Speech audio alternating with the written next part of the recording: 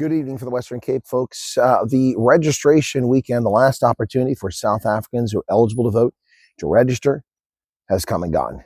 Today is the close of business on the 2nd of August, 2026. How did we do? Well, not me. How did South Africa do? Did a lot of people register to vote? Did Helen Zille get the 449,000 voters that she needs for Joburg? Many of whom already registered, but how many new registrations did they get? Anecdotally, from my perspective, I saw that very few people actually went out to register to vote. I drove past several registration booths for different parties, driving around the Western Cape and Northern Cape yesterday. And while it was sparsely populated, most of the places I've been, very few people actually rocked up and registered to vote. Very disappointing, no doubt. That's kind of annoying, isn't it? I can't control people driving in. But very few people apparently registered to vote, and that's very disappointing. So here's the thing. As I've said hundreds of times on my program, if you want to affect change in South Africa, the best way to do it is convince voters or residents that another political party can actually handle the reins of government, other than the ANC or potentially even the Democratic Alliance in the Western Cape, or maybe the IFP in the KwaZulu-Natal province. But the bottom line here, folks, is if you don't rock up and vote in municipal elections, you don't see change. Parliament sits over there in Cape Town, over there, and they make laws. And those laws affect you. But on a day-to-day basis, you don't see the impact of that. What you do see is rubbish is not removed, police don't respond, the fire department is non-existent, potholes in the roads damaging your vehicles and loosening your dental work, and no electricity. These are the things that municipalities in South Africa, among other things, deliver to you, the South African citizen.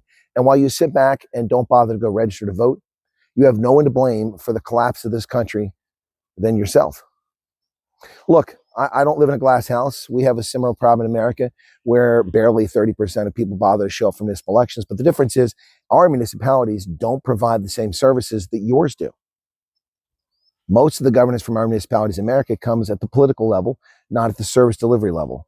So there's a big difference. So I'm not throwing stones and living in a glass house. I'm simply telling you the reality is that if you want to change, if you want to affect change in this country, you do it by electing different political parties to represent your interest at the local level. And if they prove to be effective, then at the national level, they'll gain seats in parliament and you can change this country for the better.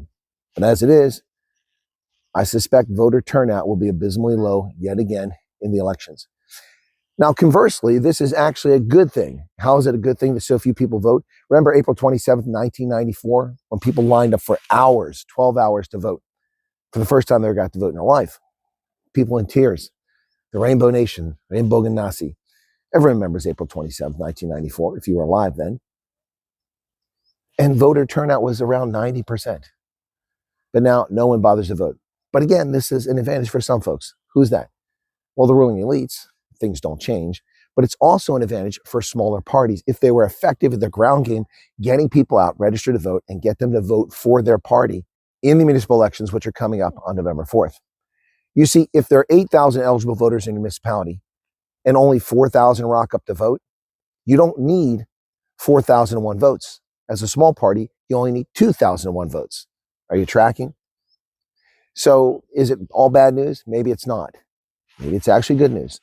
If small parties are effective at getting their voters to turn out in November. Now it's up to you, small parties like the African Christian Democratic Party, ACDP, the Freedom Front Plus, and a host of other parties who seek to take over municipalities or at least gain significant seats in municipal councils. So that's it from here in Wellington on the west coast of South Africa. After observing what appears, at least anecdotally, to be a very disappointing registration weekend, the final one. What happens in November? Well, that's up to you, South Africa, South Africa, Zanzi. You have to get off your bums and go to the polls and vote, preferably for people who can get 50+1 so they don't have to go through a coalition to rule your city and make a difference in your lives. Cheers.